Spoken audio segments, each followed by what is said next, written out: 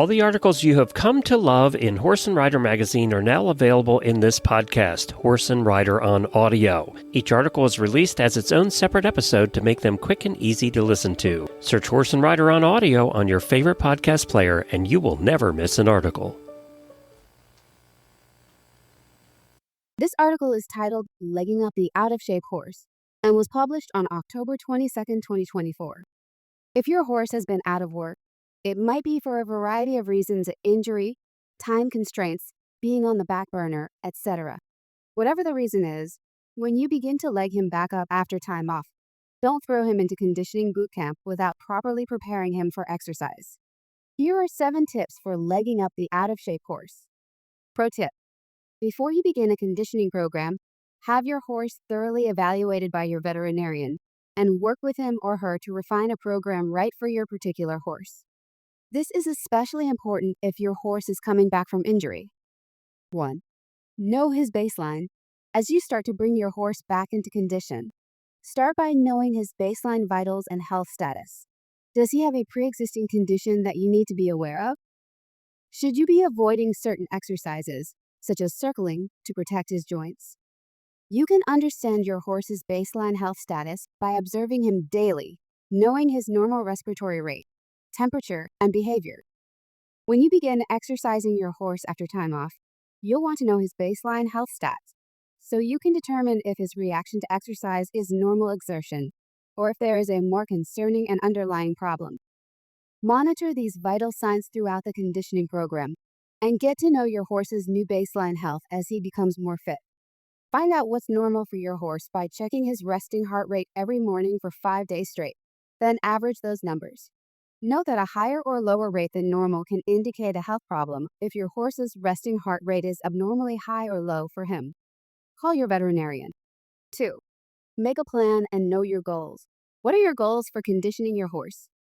Are you legging him up for spring trail riding? Or maybe you're getting ready for the summer run of rodeos.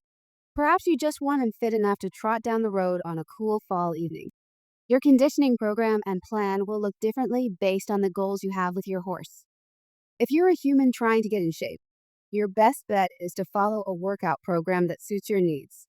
Someone that wants to run a 5K will have a different workout program compared to someone that is trying to crush their powerlifting goals. The same concept applies to your horse. Figure out your goals and come up with a conditioning program that will help your horse meet those goals while also suiting his current fitness level and baseline health. 3. Scaffold the intensity. Just like you wouldn't want to start your exercise regime by running 10 miles the first day, your horse needs time to build up the intensity of his exercise. This rings especially true if he's coming back from an injury, a senior, or is extremely overweight and out of shape. When you're making your workout plan for your horse, steadily increase the intensity and length of the workouts, but give him plenty of time to adjust throughout. Start with short, easy rides at a walk. Gradually add more miles at a walk. Then add some trotting and loping/cantering. Ride in open country over natural terrain. At first, ride him every other day or every 3 days. After a few weeks, his body will start replacing fat with muscle. Once he's in shape, take him on a longer ride once a week. Avoid overdoing his workouts, which can lead to mental burnout. Before you push your horse hard, give him enough time to build up his internal systems. Note that his respiratory and cardiovascular systems will take longer than his muscles to get in shape. He'll also need to develop a working mentality, in which he works steadily without wasting energy jigging or prancing. Keep in mind that a green horse or one that's never been highly conditioned will need a longer and more gradual conditioning program than a horse that's been in shape before. Don't expect your unfit horse to reach his top potential in one season. Another thing to consider here is the discipline you're preparing your horse for. An endurance horse will need more stamina than a breakaway horse. Consider where to target your efforts, and don't neglect working on flexibility, softness, and collection along the way. If your horse is very soft, begin with a few days of short daily rides at the walk before you actually start conditioning. He might need as long as 2 months to regain fitness. The safest way is to start slowly, at a level or so below where you left off last year. 4. Mix it up. Keep your horse from being bored or burning out by mixing up your workouts. Trotting circles around the arena every day is a great way to sour your horse to the arena. Mix up your exercises and incorporate groundwork, obstacles, and riding inside and out of the arena. Varying the type of surfaces you're riding on is another great way to up the level of intensity in a workout. And also get your horse comfortable on his own feet. He might be a performance horse that is used to the arena, but taking him outside and letting him find his feet on different ground will not only help build muscle, but give him more mental stimulation. Add variety to your horse's workouts by incorporating obstacles and groundwork. If you're prepping your horse for long summer trail rides, don't discount the effectiveness of riding hills. Hill work helps your horse build strength, lung capacity, and stamina by pitting his body weight against the force of gravity.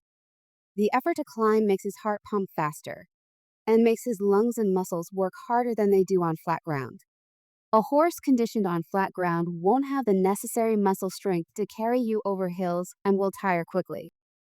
He's also at risk for damaging his joints, tendons, and muscles because he's not accustomed to steep, uneven terrain. 5. Don't skip the warm-up and cool down. A key part of every workout for your horse should include a thorough warm-up and cool down. If you ride for an hour, consider breaking that up into 3 fairly even sections. Maybe you attribute 20 minutes to a warm-up, 20 minutes to training or the workout, and 20 minutes for a cool down. However you structure your workouts, skipping the warm-up and cool down can make your horse stiff, sore, and even cause injuries. A proper warm-up includes lots of walking and trotting. You can also incorporate exercises here such as a flexing, side passing, turnarounds, backing, walking, or trotting over ground poles, and moving off your feet. This is not only a good way to warm up his physical body, but help him focus on you and the task at hand. Give your horse about 10 to 30 minutes to cool down. The exact time he needs depends on the length and intensity of your ride, as well as his fitness level. Do progressively slower work on your way home. If you are galloping, trot for several minutes to keep the blood circulating. Circulation brings overheated blood to the body surface where it cools and helps flush muscle waste. Then bring him down to a walk until he stops sweating, dries off, and his chest feels cool. 6. Focus on your own fitness. Working on your own balance, endurance, and fitness goals will be a benefit to your horse as well. Everyone's fitness and health goals look unique to them, and there is no one-size-fits-all approach. However, giving priority to your own health will not only allow you the stamina and endurance to keep up with your horse, but help you reach your equine goals as a team quicker. We ask a lot of our horses, and it's only fair that we're doing our part to be the best teammate we can be as well. This means prioritizing your health, mental well-being, and striving to be the best partner you can be for your horse. 7. Watch for red flags and know when to rest. If you can catch a problem early and slow down or stop before your horse is in serious trouble, he's more likely to recover quickly.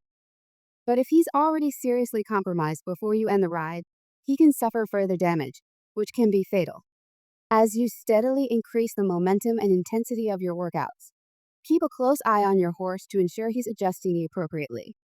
Be alert for early warning signs of problems, such as signs of fatigue, dehydration, and tying up. Note that fatigue at this level of conditioning is usually self-limiting. That is, your horse will be fine if you allow him to rest. Know when it's time to end the workout, dismount, remove the saddle, and let him relax. It's also important to build in rest days. Your horse will function optimally both mentally and physically if you allow him a day off now and then. If you overdo, you'll tear down his body tissues rather than building them up. He can also burn out mentally and start to resist. Time off helps him to return to work eager and happy. How much time off you give your horse depends on his stage of conditioning and how much work he did on the previous ride. After a long ride, he'll need time to repair damaged muscles.